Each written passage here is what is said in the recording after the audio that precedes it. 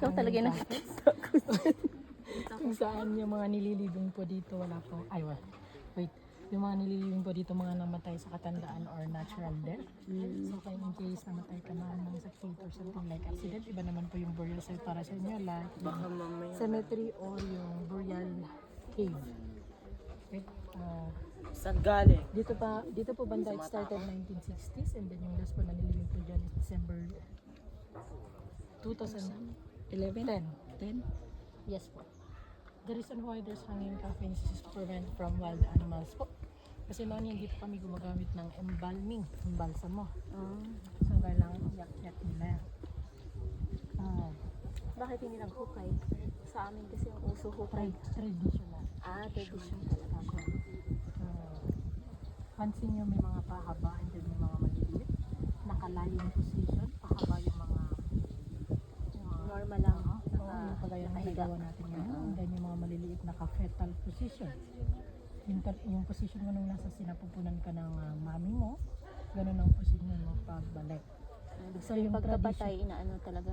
Yung traditional way kasi namin dyan is paupo pa siya during yung lamay sa bahay. And then during the libing, ibabalot po yan ng death cloth, black and white cloth yung kulay niya. And then yung pagbuhat po dyan is agawan. Agawan kasi believe nila noon na pag napatakan ka ng dugo, it's swerte yan. So pasa-pasa na parang bola. Simula sa family, relative, and then people sa community. Pagdating nila doon sa view deck ng hanging coffins, maiwan yung mga babae doon. And then mga lalaki lang yung bababa dito. Mga babae daw kasi maingay. Parang emotional sila. So bawal yun sa libingan na ganito.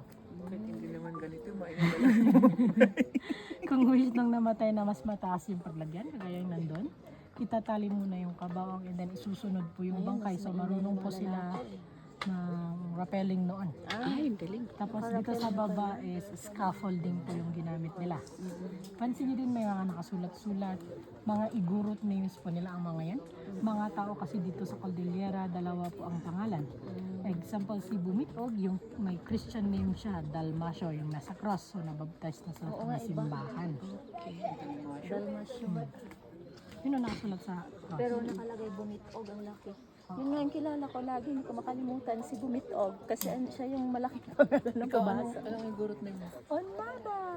Yung Christian name. Secret. Kasi Unada talagang tawag niya sa'yo. Yun ang pinakagusto namin, yung local name namin. Yung bigyan ko rin. Gusto ko rin yung pangalan mo. Oh, maganda yung pangalan eh. Salamat. Onada. Kailangan ng manok pag kaya pagbibigyan ng iba. Bakit si Carl, ano ang pangalan eh? Umawang. Okay. And then yung mga igurot names namin nakukuha yan sa mga ancestors namin. So hindi lang basta-basta naiisip and then ipapangalan. Parang yun ang pinapamana sa amin. So yun yung reason kung bakit magkakakilala lahat yung mga tao rito. Kasi Magkakahawig din eh. magkakawig din. Wait Ayaw lang. pumayag ni ate. Kahuwig mo si Carl. Ano? Si Carl. Ano? Ayaw pumayag niya. Parang ayaw mong pumayag. Kahawig talaga. Babae ako eh. Question. May questions ba kayo? Ano nga yung Christian name mo? Yung question. Secret nga eh. Sinagot ko naman. Hindi ka ba naniniwalang secret yung Christian name ko? Ano nakalagay sa birth certificate? Secret. Hindi, Christian name or Christian name. Parang yun yung register. registered? Hindi yung igurot name niya. Ready for the coffee farm? Yes. Let's dig. Let's